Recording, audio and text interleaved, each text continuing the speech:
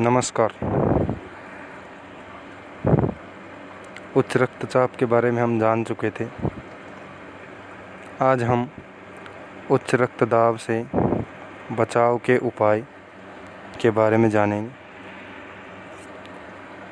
इसमें सबसे पहला उपाय है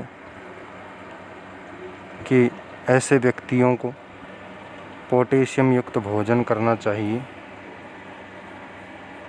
दूसरा उपाय है रेशे युक्त पदार्थों का सेवन करना चाहिए, जैसे नारियल है, ये रेशे युक्त पदार्थ है, इन पदार्थों का सेवन करना चाहिए। तीसरा है संतृप्त वसा, जैसे मांस, वनस्पति घी, इनकी मात्रा का कम सेवन करना चाहिए। इनकी अधिक मात्रा रक्तचाप को और बढ़ा देती है।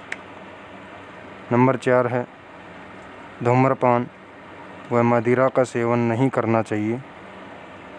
नंबर 5 है नियमित व्यायाम, योग प्राणायाम करने चाहिए। उच्च रक्तचाप के बाद में नशीले पदार्थों की बात कर लेते हैं। नशीले पदार्थों में जो आजकल पदार्थ यूज हो रहे हैं उनमें नंबर 1 पर है गुटखा। गुटखे का निर्माण सुपारी के टुकड़ों से कत्था, संश्लेषित खुशबू, धातुओं के वर्क आदि पदार्थों के मिश्रण से होता है। यानी कि सुपारी के टुकड़ों को, कत्थे को और संश्लेषित खुशबू को आपस में मिलाकर गुटखे का निर्माण किया जाता है। गुटखे के सेवन से जबड़े की मांसपेशियां कठोर हो जाती हैं और इससे जबड़ा ठीक से खुल नहीं पाता है। इस कारण हम कुछ खाद्य पदार्थों को नहीं खा पाते हैं। इस रोग को सबम्यूकस फाइब्रोसिस रोग कहा जाता है। इसके बाद नशीला पदार्थ आता है तम्बाकू। तम्बाकू सोलेनम कुल के निकोटिएना टोबेकम नामक पादप की पत्तियों से प्राप्त होता है। इसमें 1 से 8% तक निकोटीन नामक एल्केलॉइड पाया जाता है। एल्केलॉइड यानी कि नशीला पदार्थ, जिसकी मात्रा तम्बाकू में 1 से 8% तक होती है निकोटीन की। तम्बाकू का प्रयोग लोग पान, गुटखे, पाउडर को सूंघने व मंजन की तरह दांतों व मसूड़ों पर मलने में करते हैं। अब तम्बाकू के सेवन से कौन कौन सी हानियाँ होती हैं? इससे मुंह, जीभ, गले, फेफड़े आदि का कैंसर होता है या इसकी संभावनाएं बढ़ जाती हैं। तम्बाकू के धुएं में कार्बन मोनोऑक्साइड उपस्थित होता है, जो मानव शरीर की लाल रुधिर कणिकाओं यानी कि आरबीसी को नष्ट करता है और ऑक्सीजन परिवहन की क्षमता को कम करता है। यदि गर्भवती महिलाएं तम्बाकू का सेवन करती हैं तो इससे भ्रूण के विकास की गति मंद पड़ जाती है। तम्बाकू में निकोटीन नामक जो नशीला पदार्थ पाया जाता है वह धमनियों की दीवारों को मोटा कर देता है। इससे रक्तदाब बढ़ जाता है। इसके बाद अगला नशीला पदार्थ होता है मदिरा। मदिरा में जो नशा होता है उसका कारण एथिल अल्कोहल का सूत्र होता है C2H5OH। विभिन्न मदिराओं में इसका प्रतिशत अलग अलग होता है। यानी कि जो C2H5OH है इसका प्रतिशत अलग अलग मदिराओं में अलग अलग होता है।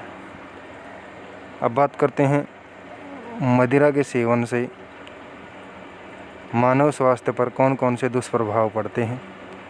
मदिरा में अल्कोहल होता है, तो अल्कोहल के प्रभाव से व्यक्ति के शरीर का सामंजस्य यानी कि जो संतुलन होता है वह नियंत्रण कम हो जाते हैं। अल्कोहल के सेवन से व्यक्ति में कार्य करने की क्षमता घट जाती है, स्मरण क्षमता में कमी आ जाती है, दुर्घटना की संभावना बढ़ जाती है। यानी कि अल्कोहल का सेवन करके अगर वाहन चलाया जाए तो इससे दुर्घटना की संभावना बढ़ जाती है। अल्कोहल के प्रभाव से वसीय यकृत रोग हो जाता है, यानी कि जो यकृत है वहाँ पर वसा का जमाव हो जाता है।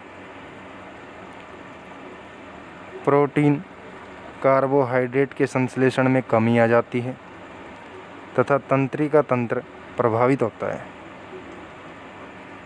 तंत्रिका तंत्र को अंग्रेजी में नर्वस सिस्टम कहते हैं। इसके बाद अगला नशीला पदार्थ है अफीम।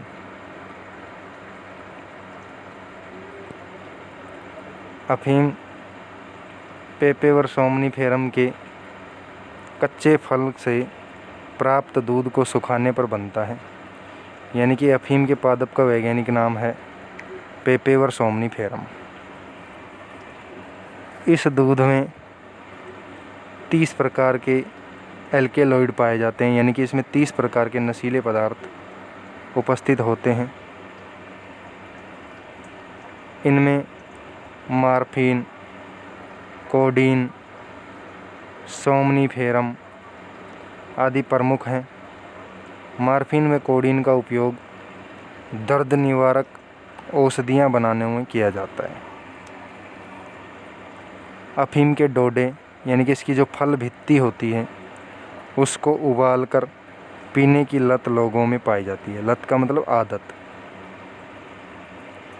इसके अलावा अन्य नशीले पदार्थ जो आजकल प्रयोग में हो रहे हैं उनमें है कोकीन, भांग, चरस, गांजा, LSD आदि अन्य मादक पदार्थ आजकल प्रचलन में हैं।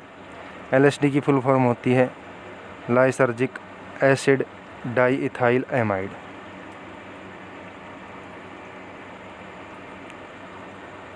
इसके बाद जो दवाइयाँ हैं उनको भी नशे के रूप में काम में लिया जाता है।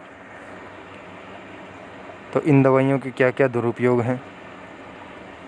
तो इन पदार्थों के सेवन से बच्चों को डरावने सपने आते हैं, फेफड़ों में सूजन आ जाती है, गुर्दों की खराबी हो जाती है तथा शारीरिक व मानसिक समस्याएं उत्पन्न हो जाती हैं। शराब के सेवन से किशोरों में सीखने व याद करने की क्षमता कम हो जाती है। हमारे देश में पंजाब, राजस्थान, मध्य प्रदेश, उत्तर प्रदेश, गुजरात आदि राज्यों में इन पदार्थों का सेवन किया जाता है। वैसे तो लगभग सभी राज्यों में किया जाता है, लेकिन इन राज्यों में प्रमुखता से इन पदार्थों का प्रयोग किया जाता है। पूर्वोत्तर राज्य जैसे अपना मणिपुर, नागालैंड वगैरह हैं, इन राज्यों में इंजेक्शन के द्वारा नशीले पदार्थ ग्रहण किए जाते हैं, यानी कि इनमें इंजेक्शन का प्रचलन है।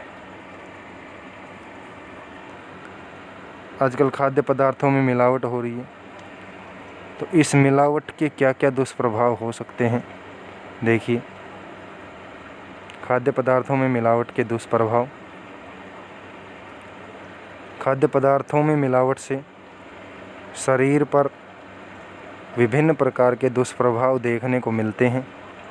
जैसे कोल्ड ड्रिंक्स में पाए जाने वाले लिंडेन, DDT, मेलेथियन और क्लोरोपाइरिफॉस, इन पदार्थों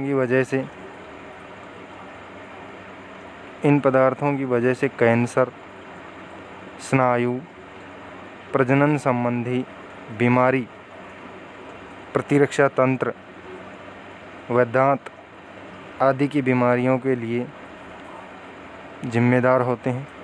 यानी कि ये जो पदार्थ होते हैं ये इन सब बीमारियों के लिए जिम्मेदार होते हैं।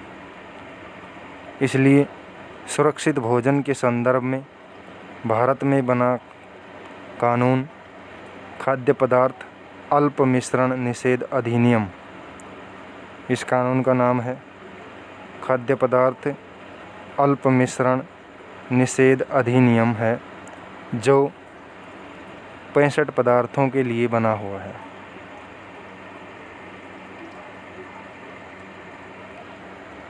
आपका पाठ नंबर 1 कंप्लीट हो चुका है।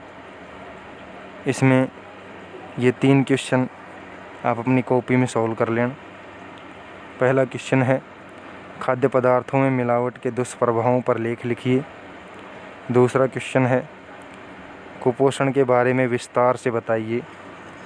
तीसरा क्वेश्चन है मदिरा व तंबाकू के सेवन से मानव स्वास्थ्य पर पड़ने वाले प्रभावों का वर्णन कीजिए। स्टूडेंट्स